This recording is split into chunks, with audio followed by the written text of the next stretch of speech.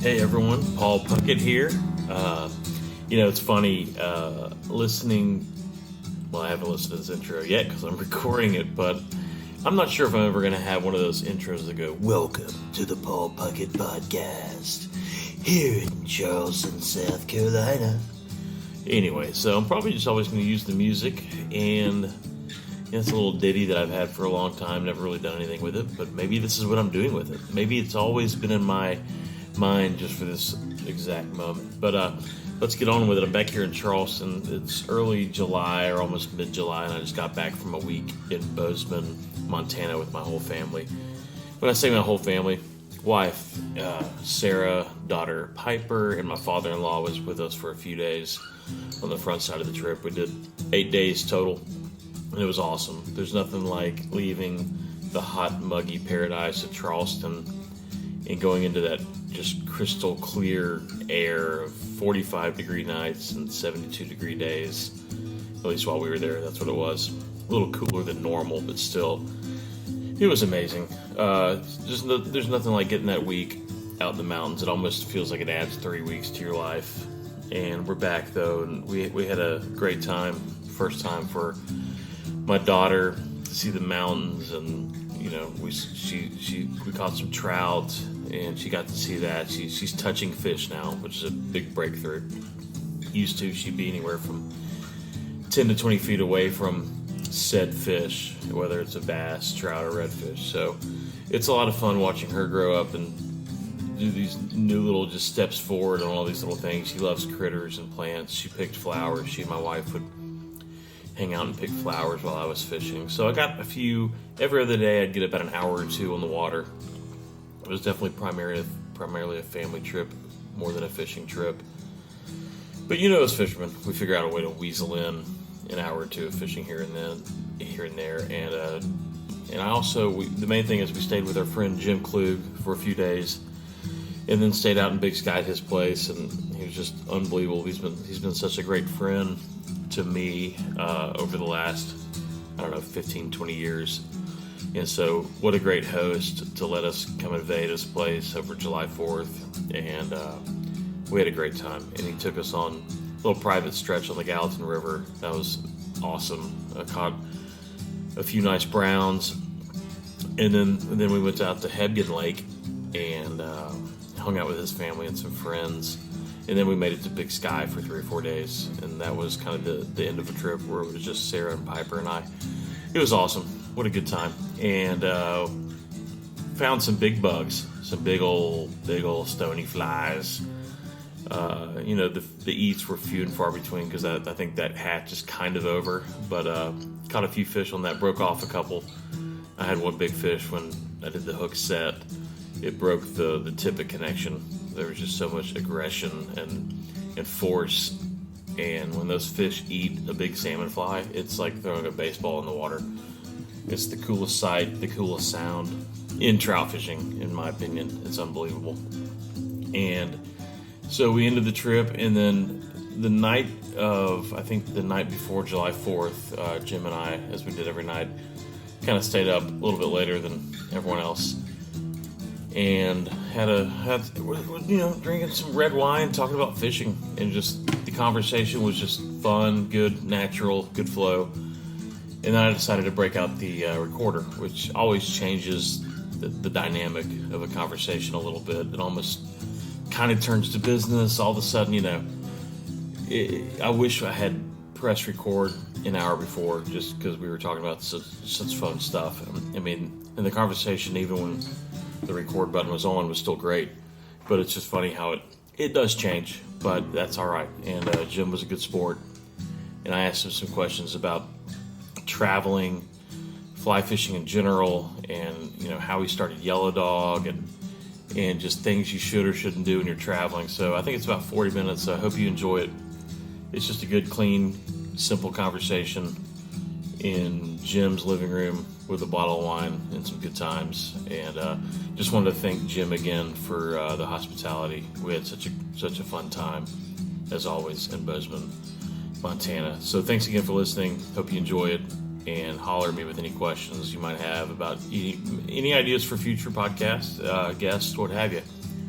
So thanks again, everyone.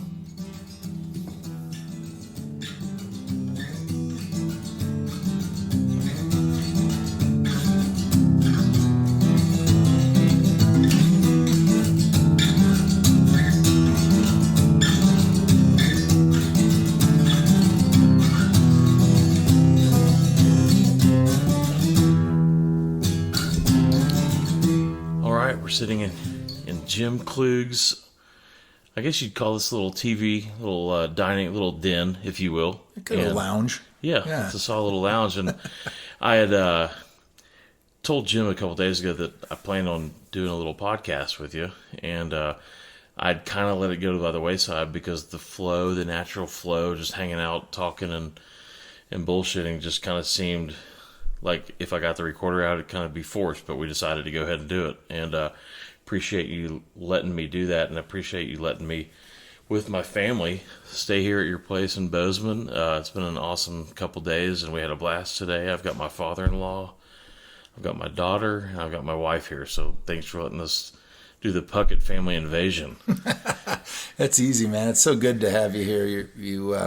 We've always had good times when you come up to visit, and yeah, I mean, having your family here is a real treat, and we're definitely making the most of it. And I think you're absolutely right about the timing of sitting down and having a recorded conversation, because it has to kind of be at the right moment. And after a couple bottles of wine and a good hang session tonight, it's like, you know what, everybody else has gone to bed. Yeah, we're sitting up. We decided to maybe have one more drink, and it's like, you know what, let's get it out. Let's have a conversation. Yeah. Let's lay it down. Red wine helps.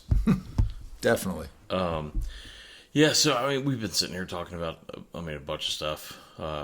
It's cool to ask you questions about your insights on where the industry is, and all these different characters that we've come across and both know. It's a lot of fun. We could probably sit here and do that till 3 or 4 in the morning. And I've got some questions. Now all of a sudden it feels scripted that I'm sitting here going to ask you a couple, but I'm going to go through a few of them, and I actually have some better questions lined up without the idea of recording it, but I'll probably remember those in a second. I've already forgotten them.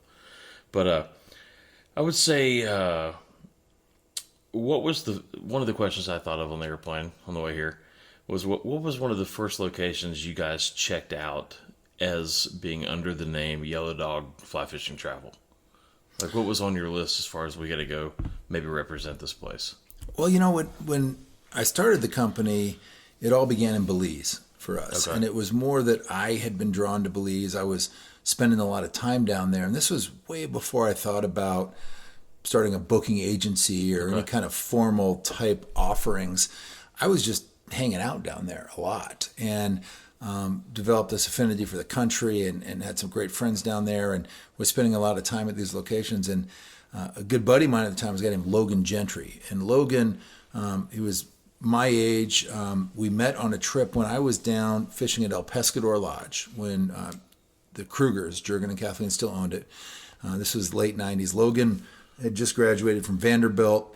He was down on a fishing trip. He got invited on this trip, and while he was there, he had learned that Jurgen and Kathleen were selling the lodge, and he thought, well, this would be cool. He wasn't much of an angler, but he had this opportunity to buy the lodge and ended up doing it. Went down for a 6-day fishing trip and came home a Belizean lodge owner.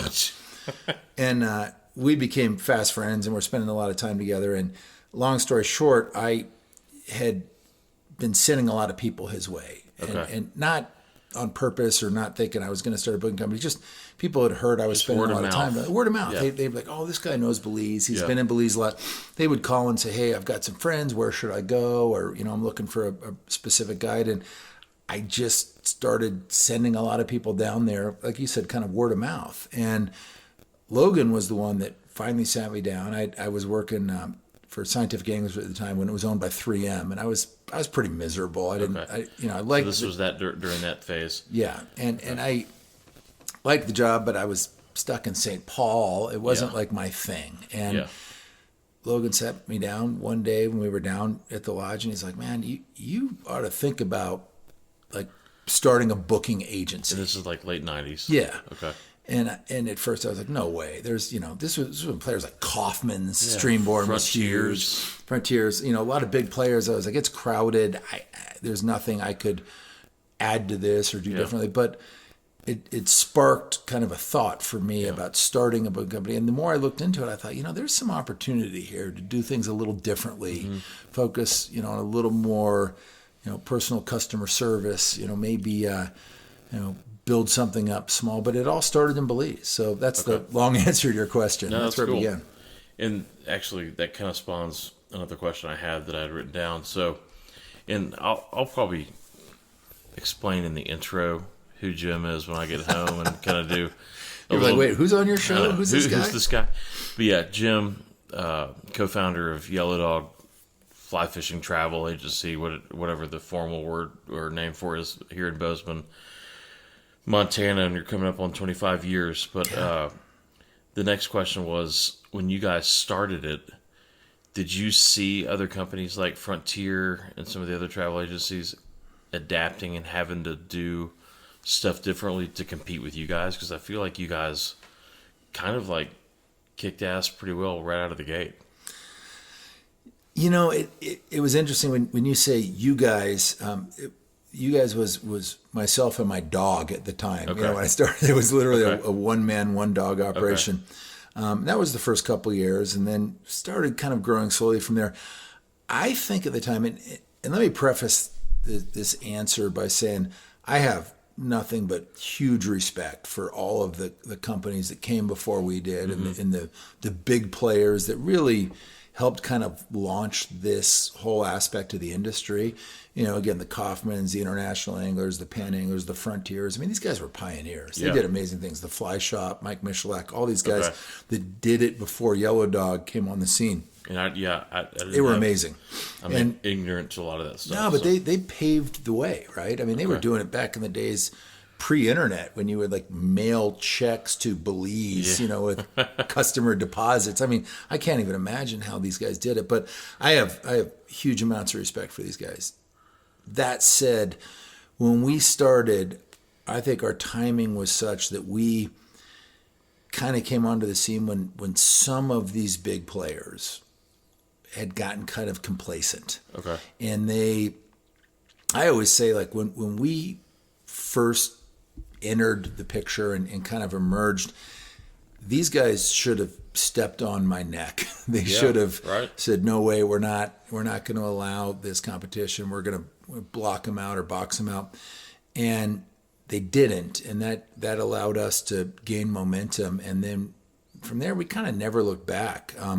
I have, again, all the respect in the world for a lot of these companies that came before us, but we hit it at a time where there was some opportunity that was largely based on some of these companies kind of taking their foot off the gas. Okay. And I tell my team that all the time right now. I'm like, the biggest threat we have is complacency and getting too comfortable or assuming that, we're in this pole position. We've got all these clients and people are always going to be, loyal and happy with us. We have to prove that every day. Yeah, for sure. For sure. Yeah. And that's always been, that's kind of the last thought I have at night and the first thought I have in the morning when it comes to work-related issues. It's like complacency is a killer. Yeah. We were talking earlier just about art and business, just how you always have to be adapting. If you're doing it the same every day, you're going to probably lose in the long run. So totally get that. Well, not only that, but, when you find success and you're doing something right, you're putting the blueprint out there for everybody else. So if you don't continue to evolve, you're not staying 2 steps ahead, the blueprint's there. People can emulate it. Yeah. They can copy it. They can replicate it. And all of a sudden now they're in the conversation. So whatever you're doing, it's out there. Yeah. And it's an easy target. And so you constantly have to be 2 or 3 steps ahead to stay in the lead, For sure. And speaking of in the lead, like we went to the shop today, the new shop, 2 years old, I guess. Yeah. But new to me, walking the place and man, it's just alive. It's vivid. The lights are great. The color is great. You instantly walk in and definitely feel like you're going somewhere, or you should be going somewhere, or let's get the right equipment for where we're going. We've been to the Gallatin today, but the shop looked great. Is there anything you can tell people just about if they come to Bozeman, why they have to come check out your shop? Because how many shops are in this town? There's several. I mean, it's the epicenter of dozen, fly fishing, probably, right? whatever it is. Yeah. So the shop looked great, and I just yeah. want to spread the word. And no, it's been fun. So Yellowdog has gone on 25 years, and we started as all we did was travel, and for 23 years that was our sole focus. We recently jumped into the retail game, not because we thought it would be fun to own a fly shop, but the whole genesis of that decision was that we were sending so many anglers around the world to all these exotic destinations every year. And a big part of finding success when you go to these fisheries is showing up with the right gear. And we had no control over that last little aspect. Yeah. We would put together packing lists and pre-trip planning guides. We'd say, hey, here's exactly what you need. Take this list to your local fly shop, buy what's on this list, and you're going to be in the game. Well, the problem is with so many of these exotic fisheries, Paul, these lodges just didn't have that stuff on hand. Now, being a small mom and pop fly shop or a local fly shop, they wanted to make a sale. So they'd say, oh, well, we don't have that, but we do have this, and it's basically the same thing. You'll be just fine. Yeah. So customer who had spent a year planning their trip and put all their money into it, now they go into the shop and they spend a couple grand on gear and flies and terminal tackle and everything they think they need. They get to the lodge, and morning one, the guide says, well, let's take a look at your kit. And they immediately say, yeah, none of this is going to work. Yeah. And it was becoming such a recurring problem for us that we were like, we've got to solve this and control that aspect of fulfillment on gear, flies, terminal tackle equipment.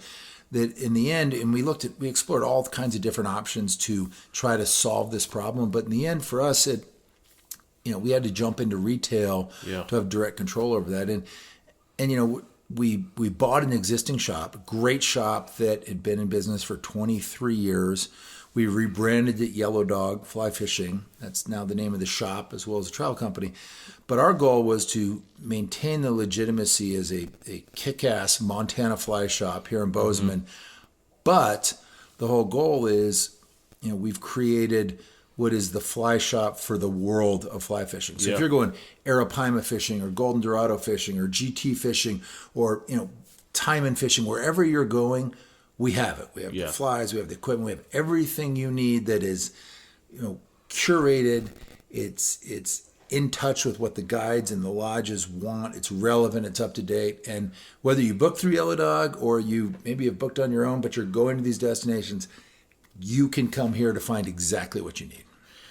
So with that in mind, I had my daughter with me today and my wife. So, we were just kind of flowing through the shop. I didn't really get a good chance to really look at it in detail. Do you have it set up as a consumer, like Seychelles flies, or is that strictly where someone calls or internet order, where you guys just know where to find the Seychelles stuff? Or do you have it kind of segmented out or is it like a normal fly shop where all the streamers are here and the dry flies are here?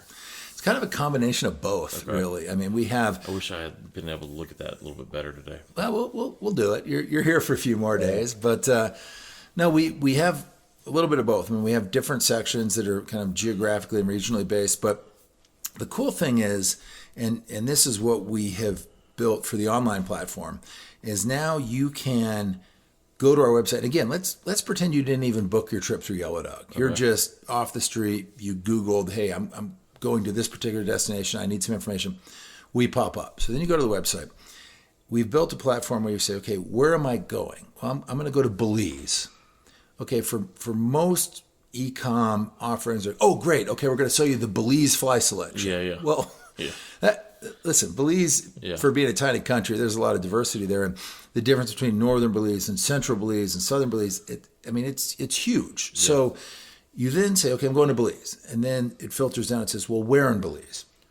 You say, well, I'm going to Punta Gorda. I'm going to southern Belize. And then we have the next filter. It says, okay, so it's that many levels here. Well, but check this out. Then it's like, so which operation in Punta Gorda? Because let's say there's two lodges there. Yeah. They fish the same waters, but their guide staffs have different philosophies on what you want. So they might have completely different recommendations based on their guide team and what they're seeing every day in the water. So you put the lodge in, and it says, okay, we've got that gear list. But then it gets even more granular. It says, well, when are you going? Because what you're fishing, say in Punta Gorda, Belize in February, might be completely different than what you're fishing in May. Okay. And so it allows you to get to this level where you can then curate the gear, the equipment, the flies, the terminal tackle, based on what you're going to need for exactly where you're going and when you're going to be there. And so it's a game changer for traveling anglers. You had quite the web developer that you worked with on this. Yeah. Our guy Carter, who heads all this up, is he's an absolute ninja. And it's, it took us 12 months to build the e-com platform out after we bought the shop.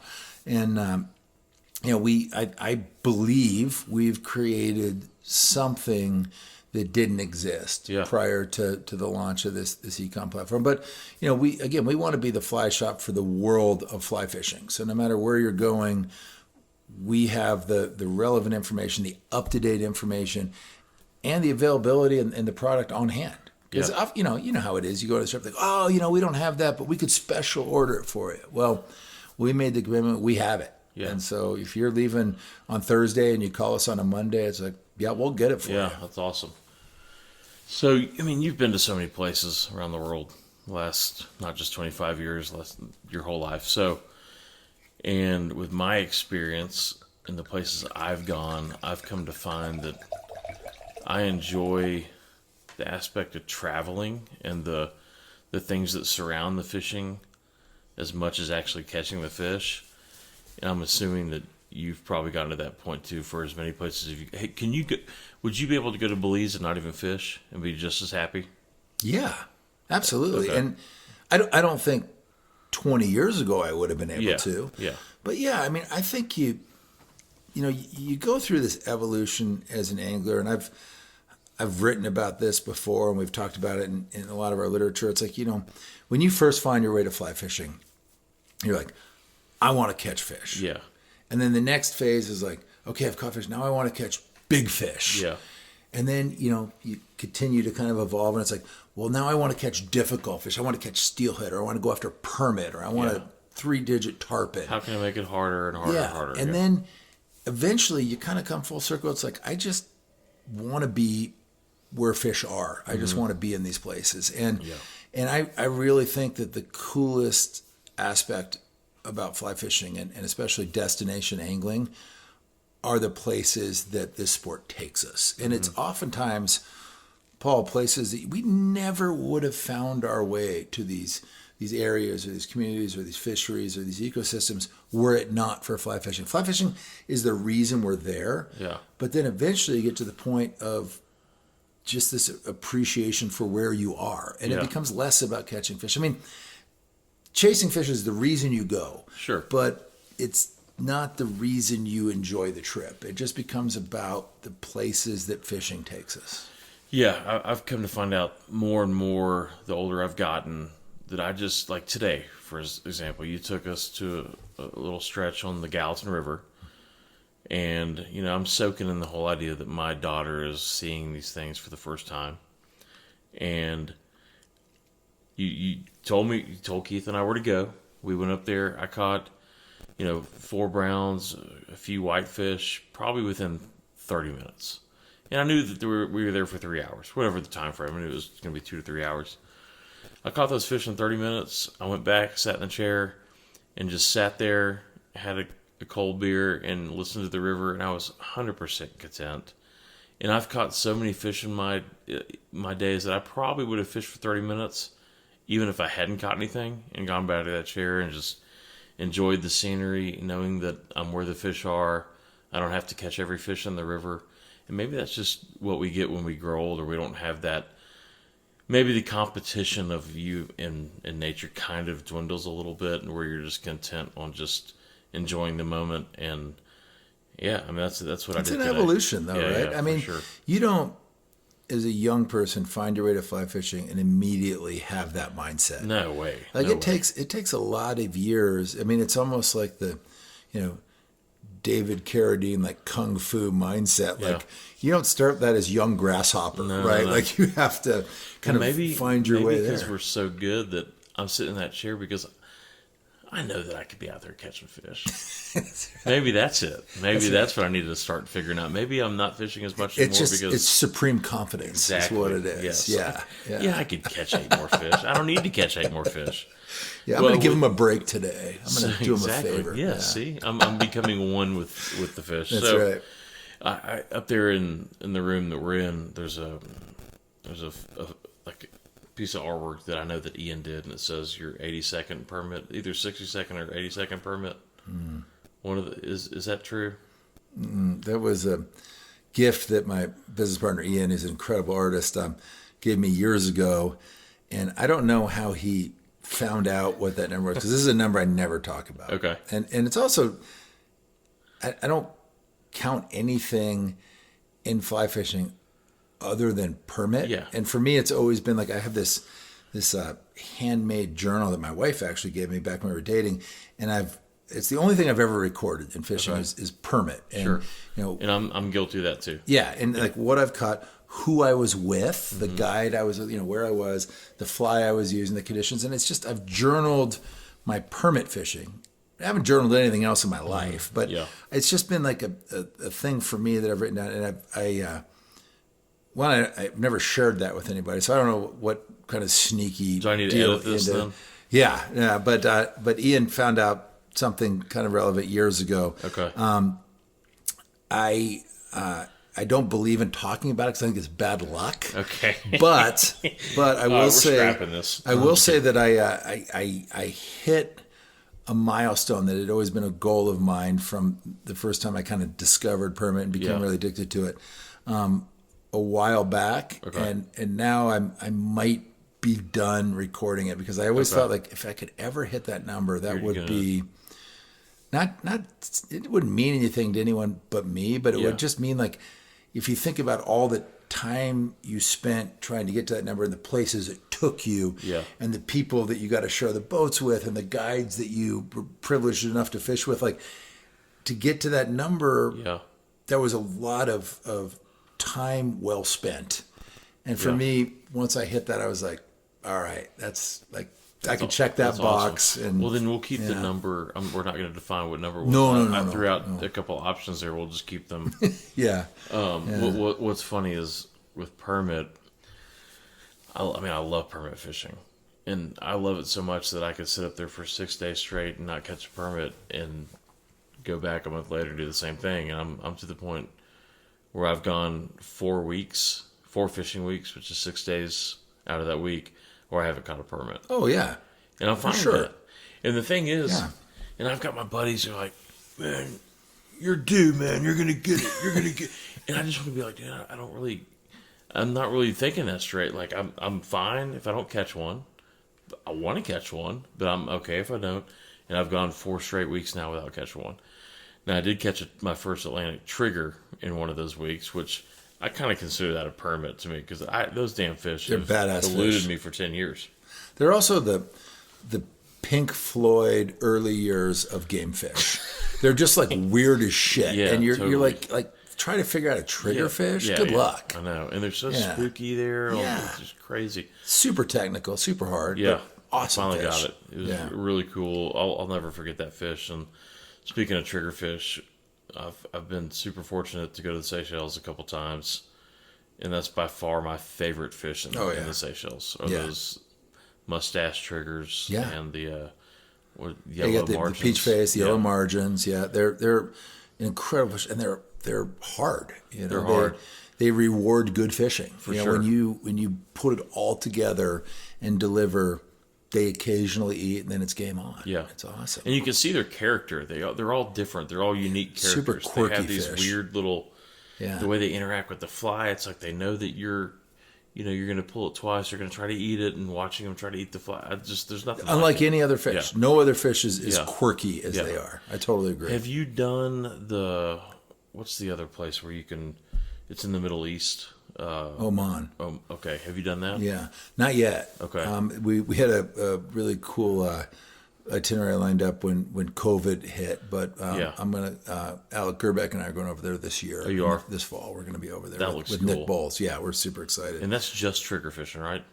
Oh no, you're talking about like Sudan. Sudan, Yeah, that's what Sudan. I'm talking about. Yeah, spicy place right now. Yeah, they It turns had out Civil they're having War or Civil War. something? Yeah. Yeah. I mean, I think if you could get there, you'd have the flats to yourself. I'm pretty sure. You might just But- have some artillery going on in the background. no, or for something. sure.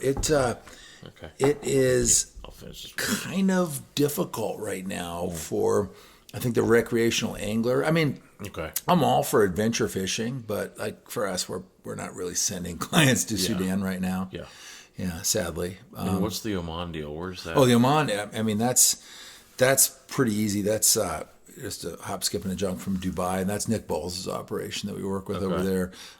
They also have the permit species that kind of completes the permit slam, the oyster crushers, and they've got some huge GTs. Oyster crushers. Yeah. It's Wait, what's the permit slam? I mean, I know about well, there's several different species of permit. Okay, what do you Yeah. consider the slam? Oh, you're gonna make me like think Okay, of the well, Latin names, no, like no, the no. E. Blocki and some So of these. there's our Atlantic permit. Yeah, there's the Indo-Pacific. Yeah, is there another there's one? Okay. and then there's ones in Oman, then the ones in Australia. Okay. I think it's 4. I should know this. I just know it. I'm not trying to I believe it's 4. stump you, but Maybe 5. so I always thought the ones in Australia were the Indo-Pacific, but it's a different deal. They have a different species, I believe. Okay. But like biologists are going to listen to this and be like, "Oh, Klug is like talking out his ass." They're Like, yeah. fucking permit. Yeah, like they're the still permit. And you know what? I have dedicated my life to like searching for the place with dumb, easy permit that eat with reckless abandon. I have not found it, and I've looked a lot of places. But permit, like you mentioned, it's this fish that right now, maybe along with like GTs, is kind of captivating the fly fishing mindset. Every custom reel you pick up and every piece of artwork is like permit. Yeah. And it's one of those fish that they're not easy, but sometimes they are. Mm-hmm. Sometimes you're out there enough and you hit those days where every permit you see wants to eat. Yeah. But by and large, my attitude about permit is I feel like they're a dishonest fish. Yeah. And that's not a bad thing. I just think that, they're like the fickle hot girl that you maybe dated your senior year in high school where she was kind of all over the place. Like Where you whereas, had a chance a couple times, but the next day it's like she maybe she didn't even know you. Yeah, like you thought it was going well, and then all of a sudden, like 180, and you're like, wait, what? Yeah. Whereas I think like bonefish are maybe like the slightly more homely girl, but cool as hell, fun as hell, and you knew from the And beginning they're that's hotter what every day you're around. Yes. The next day they're just and get hotter and when hotter. they get out of high school and get a little older, they're going to be wicked hot, right? Yeah. And so I think, Hey, I can pause it. I'll pause this real quick. pause that real quick. Yeah. All right, we're back. A little disruption there, but Yeah. no, I think that like bonefish are my favorite saltwater fish to pursue because they're honest, and when you do your part as an angler, when you are fishing the right gear, the right leader, the right fly, you make the right cast. By and large, they're kind of going to do their part, and there's a very good chance they're going to eat. Yeah. Permit are very flighty and unpredictable, and therefore I would consider them a dishonest fish. They're not an impossible fish because again, some days, it all comes together and they're going to crush a fly and it's great. And I think they're a fish that rewards good angling and you doing things right, but they're just so many times you do your part, you make the right cast, you feel like you're in the game, and they'll swim up to your fly and they'll kind of tease you a little bit, and then they're It's unbelievable. bugger off. Yeah. But that's what makes me just want more and more. It's crazy. I know, it's so funny how this industry is just obsessed with permit right now. Well, it's the same way. It's the same way that I was talking to some guys in the shop the other day back home. We were talking about. I was being that guy. I was saying, yeah, back in '96, I bought an RPL. It was $450, and that was expensive. And the Discovery rod was $150. Like just how much the prices have changed so dramatically. And but remember when Sage came out with the TCR? Yeah. And the advertising campaign was, "This rod's not for everyone." Yeah. And it was $750 or $800. Yeah, it was like it shattered the ceiling at that time. Double the price of everything. But they said, "This rod's not for everyone." Well, that made everyone want to fucking get it, because, and it's the same way, kind of the same way a permit is. Oh, you can't catch a permit. Right. Well, that makes everyone want to go try to catch the permit, because when you tell someone they can't do it, they're mystified by it. But one of the coolest things about permit is, you can't really force it.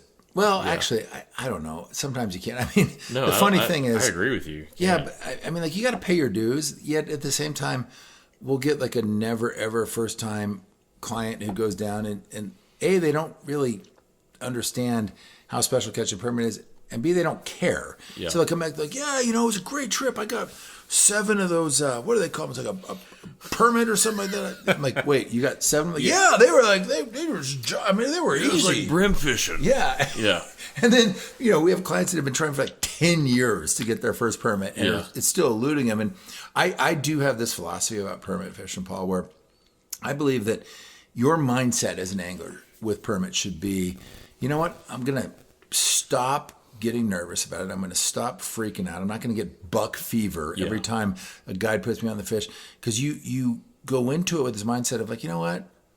Forget these fish. They're not going to eat anyway. They're assholes. Yeah. They're dishonest. And I'm going to put it right on their beak. I'm going to cast right on their head, knowing they're either going to spook or not eat. Yeah.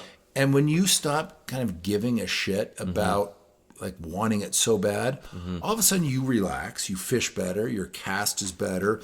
You develop this kind of Zen-like mentality, and then things kind of come together. Yeah. And I people have asked me for years, like, well, what do you think like the secret of permit fishing is? It's like, assume they're not going to eat and stop caring. Yeah, yeah. And just stop giving them more respect than they deserve, and just go out and just cast at it, put it right on them. I agree. And see what happens. And then all of a sudden, again, you get those moments or those days when they're just switched on, and it all comes together. And I'm still kind of in that nervous. I'll say I'm nervous 50% of the time. It depends what day it is and how I'm feeling that day. There's sometimes where I see one coming, I'm like, I'm just gonna rip his head off, and it's either gonna work or it's not. And how do you treat, as a seasoned veteran angler as you are? Let's say you go to a lodge where you maybe don't know the guys that well, and they don't really know. Maybe they probably know who you are. They probably know that you're coming, but let's say they don't. And I don't like it when I'm on the bow of the boat and I've got the polling platform guy saying strip, and then you got the second. We're talking Mexico here, right. I guess. Yucatan. We've got the junior guide repeating what he's saying. So at the end of the day, you're getting all this noise. Do you pre-tell the guys, hey, put me on a fish, and once I cast to that fish, I don't really want anyone trying to tell me what to do? Or do you still let that flow until maybe you need to? I guess I'm kind of mumbling, but I like to try to tell these guys, put me on the fish, and once I start casting, I want to do all the stripping and my rhythm. That's a good question, actually. I know where you're going with this, but let me preface it by saying I appreciate you throwing the word veteran in there, because I thought you were just going to say as a senior angler. And then at the last second, you thought senior veteran Senior angler. citizen? Yeah. I was like, damn, son. We're not there yet. Yeah, buddy. I feel like we're not there yet. No. I think the biggest piece of advice I can give when it comes to fishing with different guides, first of all, never guide the guide. You're paying them for a reason. They know their waters, they know their fish, they know the techniques that are effective, and they do this every day. So if you're there, go in with a level of humility of saying, like, this guy knows this shit way better than I do. Listen to your guide. Let me tell you what the guide doesn't want to hear. He doesn't want to hear about all the places you fished, and he doesn't want to, look at your fly. Oh, this fly gets him in Cuba. And he's like, well, we're in Punta Allen. Yeah. I don't care what works in Cuba. So, like, have a level of humility where it's like, you're paying this guy. He's a professional. He's experienced. Listen to him. Take his advice. Don't big league your guide. He doesn't care about what you've caught or where you've been. He wants to close the deal on that day. And he's going to work hard for you. Yeah. But listen to your guide. Second thing is, I've found over the years that a great technique in the morning is, rather than telling the guide all the things you've done or how good you are or how proficient you are, just ask questions. Be like, hey, I'm gonna make some casts. You're 16 feet behind me, or if you're at a ponga, you're 23 feet behind me up on that platform. I'm gonna make this cast. How far is that cast? And the guy will be like, oh, that's a 50-foot cast. Yeah. Well, you're thinking in your mind it's a 30-foot cast. Okay, So yeah. you develop that average. level of communication, and you're like, okay, where did I just cast? He's like, okay, that's 2:00. And you're like, okay, I thought that was more like 1:00. But you quickly figure out by asking questions and asking them to evaluate your distance, your timing, your position, what the guide is going to communicate back to you, and you can cut through days of bullshit by doing that, and all of a sudden you're on the same page. And because a lot of these places you fish a different guide every day. Yeah. Yes, you need to. So take 10 minutes in the morning and be like, all right, let me make some casts. How far was that? Okay, how are you, when you see a fish, how are you going to call that out to me? Yeah. And rather than blow it for the first 5, 6, 7 shots you get because you guys aren't on the same page, get on the same page immediately, and all of a sudden you're clicking. Yeah. And I think, listen to your guide and communicate with your guide, and you're going to find some pretty amazing results. Yeah, for sure. Yeah. For sure. I guess the problem, it's not a problem at all, but the thing that I've tried to have to kind of cut through is you get a lot of the senior guide is normally on the pole in the first half of the day. Yeah. And the junior guide is next to you, kind of tending to your line and kind of helping as well. Sometimes standing and on your line. He'll just kind of repeat Yeah. the same thing that the senior guide. You're getting in stereo. And you're getting it stereo. You're getting a 2-second delay, though. Yeah. And sometimes I'm just like, oh, man, like, I can hear him. I don't need it doubled up. And, and it's an intense moment. And everything's kind of coming together. And it's sometimes I just want to, I want to mess that fish. I want to fail and say that I failed instead of trying to copy sometimes what the guide's telling me to do. Strip, stop, strip. I want to do that myself and sometimes I feel rude. How do I don't know. I think that brings up a good point. One, I think you're always dealing, especially if you're in Latin countries, if you're in Mexico, Cuba for sure, Honduras, where it may be, sometimes there's a language barrier there. So, and I've got confidence in myself too. Yeah. Like I feel like I know how to feed that fish. Yeah, but these guys, they want you to succeed. They want it so badly. Totally, They're out there pulling their ass off, and it goes from this calm, pulling your way across the flats to just intense, like, they're 12 o'clock, cast now. Yeah. Especially see that in Cuba. My favorite story is I was with a good buddy of mine who, he's a good angler, and we go out for the first morning with this guy Koki, and I've fished with Koki for years. He's my favorite guy. Right, he's a legend. Yeah. Koki's English is somewhat limited, and he's very intense. He wants so badly for you to succeed. And he's pulling his ass off after this permit, and finally my buddy makes a shot, and it's into a headwind, and the fish is already unhappy, and it's moving too fast, and it doesn't work, but he just piles his cast, and after pulling for like 15 minutes across the flat, Koki's just exhausted. He just finally is just like, "Gah!" And he screams and goes, your cast is shit. and what he meant to say, I'm sure, was like, oh, you made a shitty cast right there, and I'm sure you can do better, but you didn't get the cast where it needed to be. But with his limited English and his intensity, it came across as literally, your cast is shit. And it will always be forever. No, I'm just kidding. Like, that's what it sounds like. You want to crush a client. It's like, your cast is shit. But I think that these guys want it so badly. They want you to succeed. I think the language sometimes can be a tough barrier, but it also tells you, it's like, all right, that cast was shit. Like, let's move on. Totally. Let's get after it. And nothing can change the demeanor and the attitude and the overall vibe in a boat that when you then 10 minutes later do convert on a fish, and all of a sudden you're all best friends again. Yeah. So, is it Rigo? I think Rigo's one. So Rigo's gone. He's in Florida now. Oh, really? Yeah. Okay. They've lost a lot of guides in the last, hey. 16 to 20 months that have all made the journey north. Yeah. Well, so Rigo... We're talking Cuban guides here. Okay. I had Rigo solo somehow. I ended up being solo Rigo, and it was Rigo's a stud. It was a shitty day. It was really windy. We just decided to kind of fish just behind on the lee side of whatever we could. Any species we could see. It was just one of those days. We were just doing whatever we could. And it was probably 1 or 2 o'clock that afternoon, and it was one of those days where I was just kind of over it, and I'm like, we just go look for some snook in the mangroves. You're thinking about cocktail hour. Exactly. You're at that point, it's just like, we've kind of done this. Let's quit forcing this. Not to punch out. And we were looking for some snook, and we get to the snook, and all of a sudden in my mind, like, when we get to the point where we're fishing, I'm pulling and he's going to fish. Like, I'm doing it. And he goes, okay, there's snook in here. And I go, all right, get down here. He goes, no, because you know how those guys are. Oh, yeah. Like, they will probably get in trouble. But I go, I'm the jefe.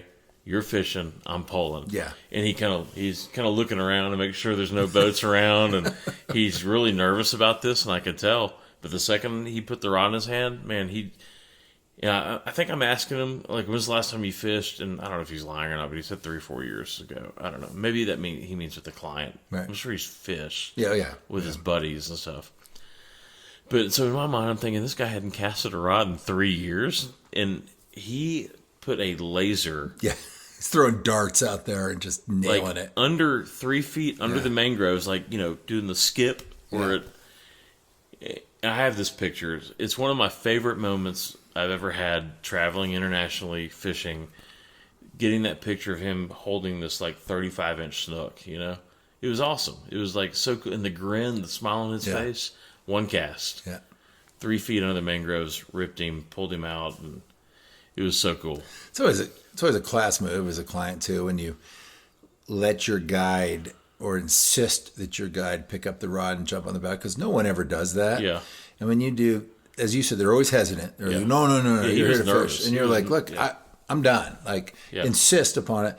And one, you're always impressed by how well they can cast and fish, because this is what they do. This is their it's their career, right? Like they know how to instruct you on where to cast and how far and the distance. But then you're up there and you're struggling, you're casting your headwind. You're like, I'd like to see this guy do it. It's like, yeah, you should see him do it because he's going to be really good. The 3 times in my life that I've had one of those moments, normally the guide gets, and usually tarpon dudes in Florida. Yeah. Like, I'd like to see you do this, dude. Okay. Okay. Boom. Yeah. It's like, here, I just hooked up. Do you want to land the fish, or can I land my fish? Here's the rod. Yeah, it's usually how it works, but you're right. Like, but there's nothing more satisfying to you can go out and catch. Let's say you go out and catch 2 permit, and at the end of the day, you put your guide on one, and you get to pull. Like, that's more exciting than catching 2 permit. And they'll remember that forever. Yeah, and I will too. Like, I'll never forget that day. So we do that in Mexico a lot. It's fun. There's a lot to be said for being a good client, and you're the one paying to be there, right? Mm-hmm. You're there paying for the shots, and hopefully, capitalizing on some of those shots and landing some fish and walking with a good trip. But it gets back to what we were talking about several minutes ago, Paul, where it's like, it's not always about catching fish. Yeah. It's about the places it takes you, where you find yourself, the people you're with, that relationship, be it short-lived, maybe it's only a few days or a week or whatever, but with your guide and how cool that is, and just making those memories. And that's why we do this. For sure. And I'm sure that, having a business like you do and having to set normal expectations on these people that are paying a lot of money to go to these places, I'm sure you get people that come back that might have spent, let's say, $10,000 going somewhere and come back and call you and say, I didn't catch anything. I mean, have you ever had someone just say, hey, I want my money back. I didn't catch a bonefish. Maybe not that drastic, but I'm sure you've had to have some phone calls. Listen, you're absolutely right. It's all about managing expectations. Yeah. And here's what people forget. And I think we're probably guilty of contributing to this problem is, we have our catalogs and our website, and we show all these people holding huge fish in beautiful places on bright sunny days with perfect conditions. Well, that's not always fly fishing. Yeah. There are things we can't control. Yeah. That as anglers or as booking agents, we can't control. We can't control the weather. We can't control the fish behavior.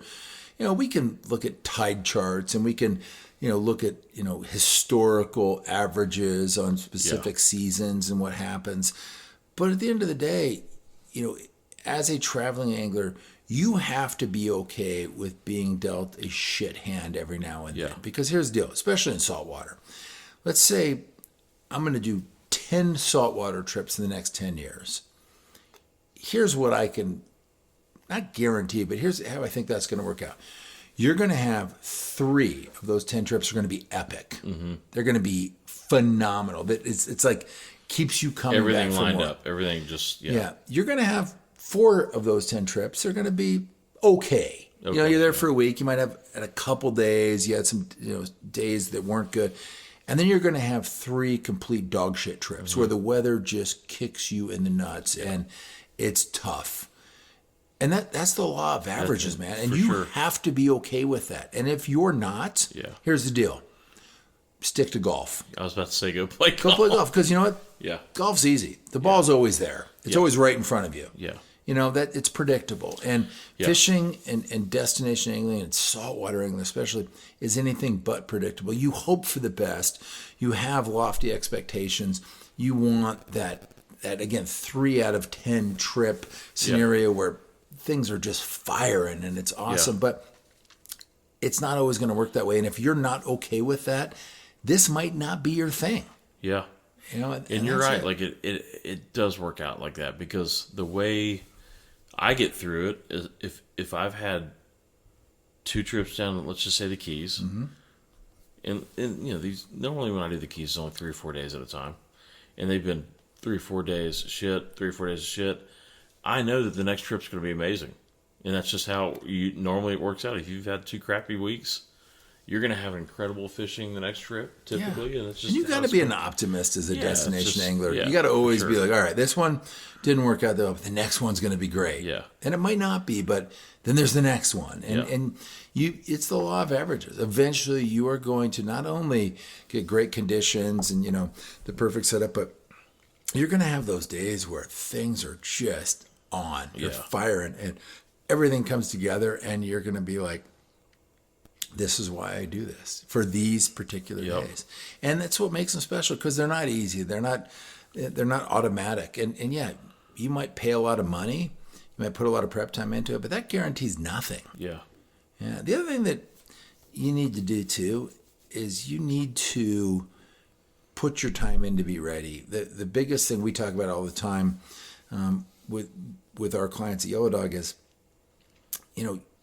a little work on the front end of a trip is going to make a huge difference. It's so common because people are short on time, right? Yeah. And they might love destination angling. They might love going to the saltwater fish, but they get to do it once a year for 5 days.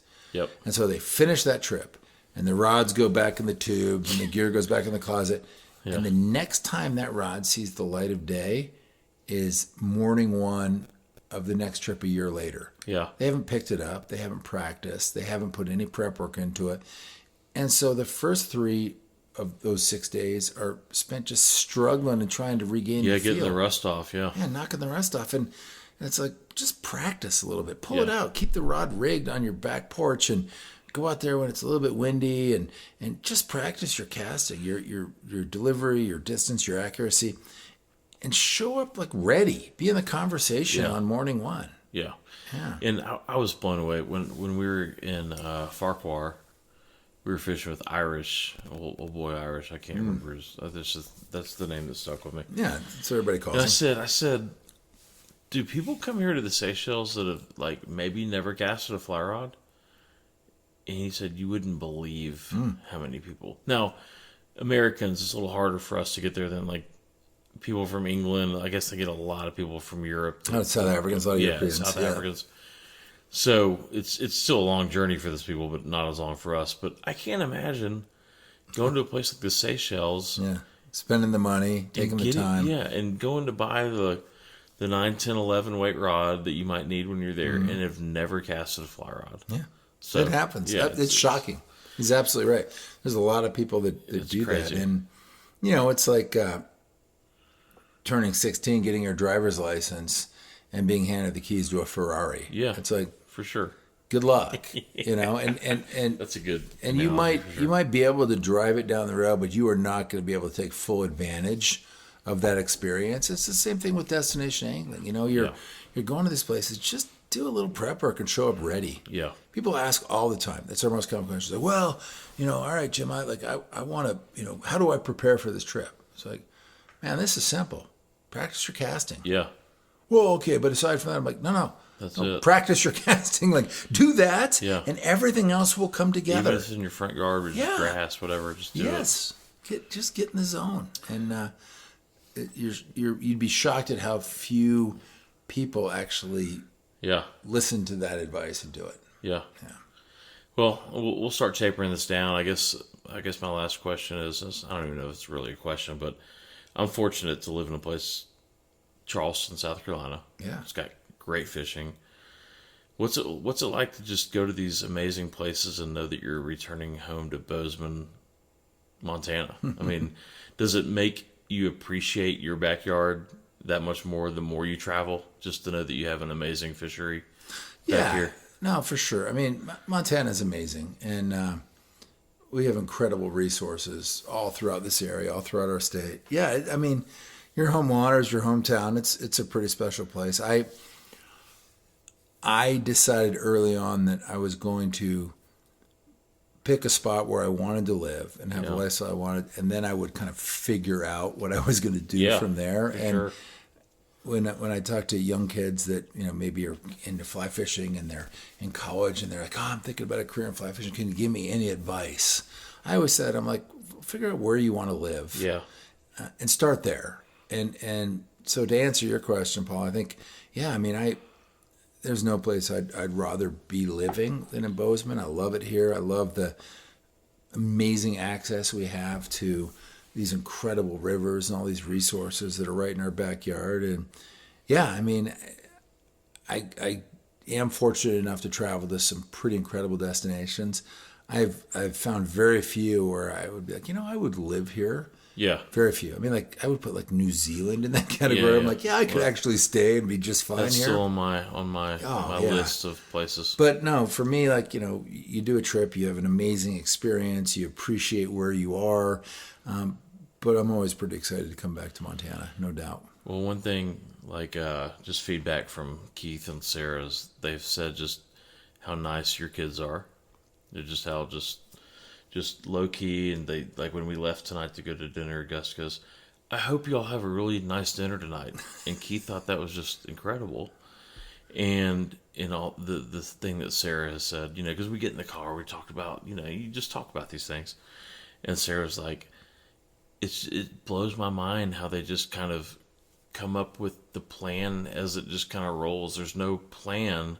They just kind of bob and weave and figure out what we're going to do. Yeah, okay, let's go do that. Like, they don't really have plans. They just kind of live by the moment, and I think that's awesome. That's just kind of what our interpretation is of what we've been seeing the last 2 days. I know, it's and it's summer too. It's summer. The kids are doing their thing. Everyone's kind of, you got to adapt, kind of, I guess. Yeah, we're too. just chase our kids around, basically. Yeah, that's awesome. They kind of drive the plan. That's good, though. No, there is a, I think a little bit of a Montana attitude that, I think when you go to bed happy at night and you wake up happy in the morning with where you are, where you live, your kind of place in life at that moment, it becomes a little easier to have that relaxed attitude of take it as it comes. And it's clear that that's what's going on around here. Well, we try. I mean, there are days. I mean, you've seen the good days. I mean, there are some interesting Stressful days too. sure. But no, I mean, I love where we live. I feel super fortunate to be here. I would close with the thought, when people think of Montana, they're like, oh man, we've all watched that show Yellowstone. It must be amazing. I think we'll move that. But folks, it's just a TV show. It's a soap opera with horses. It's not real. Please stop moving here. Cheers, buddy. Cheers. Appreciate Thanks, man. the time and thanks for the hospitality. Thanks for having me As on. always, It's you've been good a to great have you here, friend, Paul. so thanks for listening.